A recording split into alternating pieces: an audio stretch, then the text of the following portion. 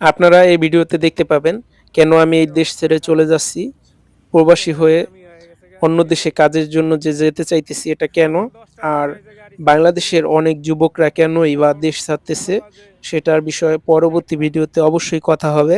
আপনারা এই ভিডিওটি সম্পূর্ণ দেখেন। যদি কারো ভালো লাগে তাহলে আপনারাও কিন্তু পাসপোর্ট জমা দিতে পারবেন আর প্রবাসে গিয়ে সুন্দর একটি ভবিষ্যৎ নিশ্চিত করতে পারবেন। আসসালামু আলাইকুম। আশা করি আপনারা সকলে অনেক, অনেক ভালো আছেন। দেশ এবং দেশের বাইরে পৃথিবীর যে কোনো প্রান্তেই থাকেন না কেন, আমার পক্ষ থেকে, আমার ইউটিউব চ্যানেলের পক্ষ থেকে সবসময় আপনাদের জন্য দোয়া ও ভালোবাসা থাকে।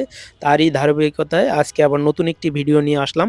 আমি চাই যে আপনাদের সমর্থন নিয়ে আমি সবসময় কাজ করব, এগিয়ে যাব। আপনাদের ভালোবাসা নিয়ে আমি এগিয়ে যাব। আমার এই ইউটিউব চ্যানেলটা এগিয়ে যাবে। এজন্য আমি সবসময় ভিডিও তৈরি করে থাকি। আপনারা জানেন যে ইতিপূর্বে আমি অনেকগুলি কাজ ট্রাই করেছি। হয়তো সবগুলি কাজে আমি আ সাকসেস আনতে পারিনি বা বেশিরভাগ কাজেই কিন্তু আমি ফেল করেছি। এটা অত্যন্ত দুঃখের একটা বিষয়। তো এর পরিপ্রেক্ষিতে তো এখন আমি চেষ্টা করতেছি আবারও প্রবাসী হওয়ার জন্য। তো আমি আজকে চলে গিয়েছি ঢাকা বনানীতে। ঢাকা বনানীতে গিয়ে আমি আমার পাসপোর্টটা জমা দেব এই জায়গার একটা অফিসে। তো অফিসটা যে জমা দেব আমাদের এলাকারই একজন প্রতিবেশী একজন মুরুব্বি আছে। তো আমাদের একই ইউনিয়নে। আমরা একই ইউনিয়নে আরকি বসবাস করি। তো সেই ধারাবাহিকতা তার সাথে আমার পরিচয়। তো এই পরিচয় ধরেই আমি আমার পাসপোর্টটা আজকে তার কাছে জমা দেব। এজন্য আমি ঢাকা বনানী চলে এসেছি। আসলেও এই বনানীতে আসলে অনেক কিছু দেখা যায়, অনেকটা ভালো লাগে। এত উন্নত আমাদের দেশ। তো এটা বনানী না আসলে বুঝা যায় না, বা ঢাকা শহর বা অনেক উন্নত শহরে না গেলে কখনো বুঝা যায় না বা অনুভবও করা যায় না। এটাই হচ্ছে সেই বনানী কবরস্থান। তো এই জায়গায় অনেক লোকজনই অনেক গল্প কাহিনী শুনাইছে। তো ওইটা আমরা তো আর জানি না। যেহেতু আমি গেছি শুধু আমার কাজে। তো এজন্য আমি অনেক তথ্য বা মানুষের থেকে ভালো কিছু জানতেও পারি নাই। তো আসলে এই যে এই জায়গাটা দেখেন কত সুন্দর পরিপাটি গুছানো। কোনো চিল্লাফাল্লা নাই। এটা আবাসিক এরিয়া, তো অনেক উন্নত আ বাড়িঘর এই জায়গায়। সবকিছু সাজানো পরিপাটি। আর এই জায়গায় কিন্তু অনেক শিল্পপতিরা থাকে। পাশাপাশি অনেক ধনী বা উচ্চ শ্রেণীর যত লোক আছে বাংলাদেশের, তারা এই সমস্ত এরিয়ায় থাকে। যেরকম গুলশান, বনানী আরো অনেক, অনেক জায়গা আছে। সেই সমস্ত জায়গায় অনেক ধনী মানুষের বসবাস। তো আমি আসছি যে আমার কাজে আজকে আমার পাসপোর্টটা জমা দেবো। এটা আপনারা অবশ্যই জানেন যে আমি একটু আগেই বলেছি। তো কি আর করার, বাংলাদেশে অনেকগুলি কাজ কিন্তু আমি ট্রাই করেছি। অনেকভাবে আমি চেষ্টা করেছিলাম যে YouTube বা Facebook থেকেও আমি টাকা ইনকাম করার, কিন্তু YouTube এ এখন পর্যন্ত আমার মনিটাইজেশনই আসলো না। যদি YouTube এ মনিটাইজেশন আসতো তাহলে আমি ঘুরে ফিরে এই জায়গা থেকে কিছু টাকা ইনকাম করতে পারতাম। আসলে এই জায়গায় আমার নিজেরই ব্যর্থতা। আমি ভালোভাবে কোনো কাজ দেখাতে পারিনি।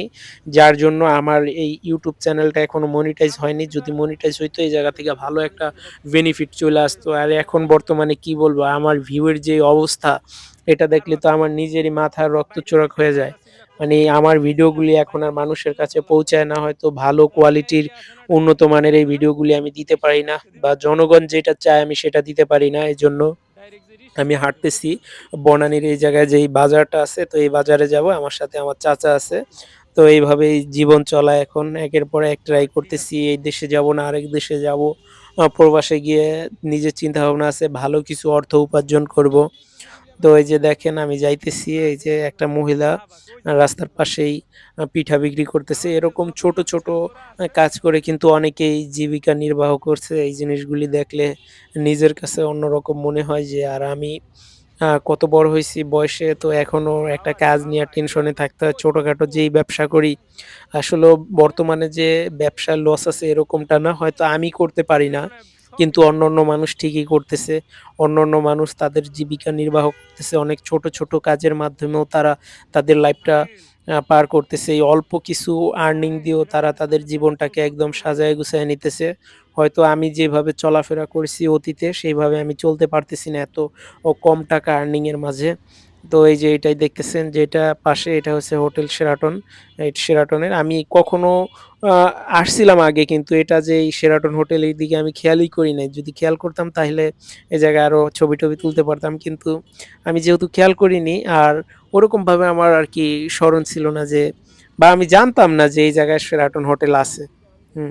তো এই জায়গায় দেখলাম যে কয়েকটা দেশের পতাকা আছে। তো আমরা যাব যেহেতু সামনে, একটু সামনে যাইতে হবে আমাদের একটু বাজারে। তো এই বাজারে যাওয়ার একটা মূল উদ্দেশ্য হচ্ছে যে আমরা পাসপোর্ট আনছি। আমি বাসা থেকে পাসপোর্ট নিয়ে আসছি।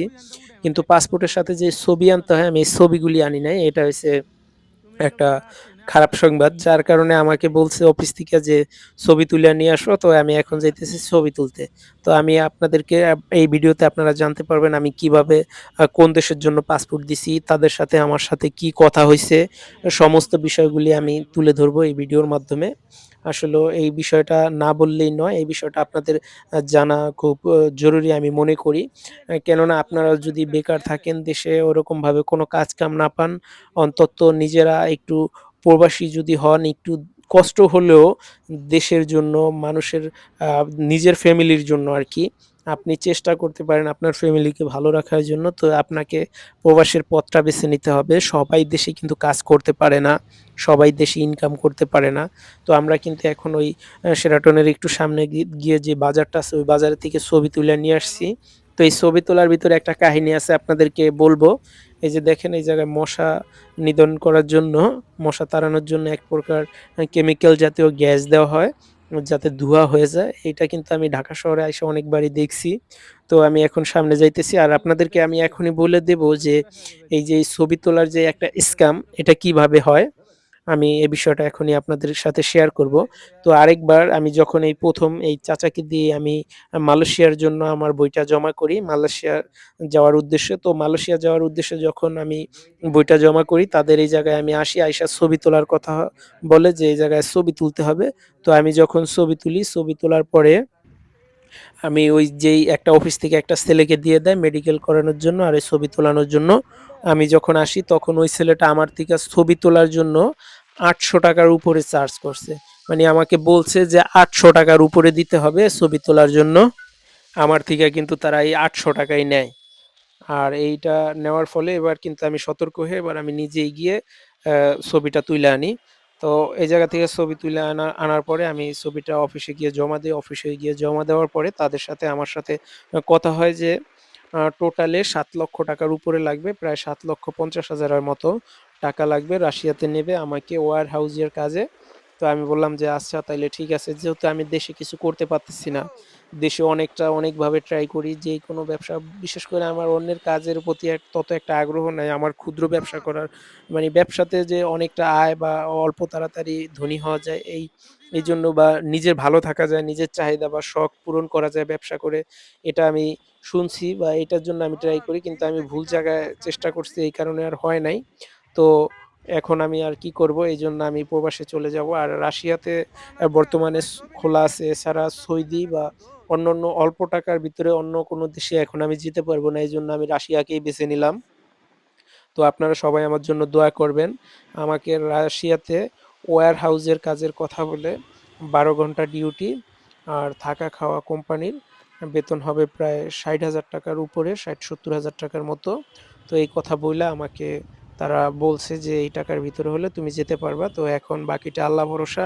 দেখি আপনারা সকলে আমার জন্য দোয়া করবেন যাতে করে আমি প্রবাসের মাটিতে গিয়ে আমার পরিবারের আর্থিক সচ্ছলতার জন্য আমি কাজ করে যেতে পারি। আপনারা সবাই আমার জন্য দোয়া করবেন। দেখা হবে নতুন কোনো ভিডিওতে।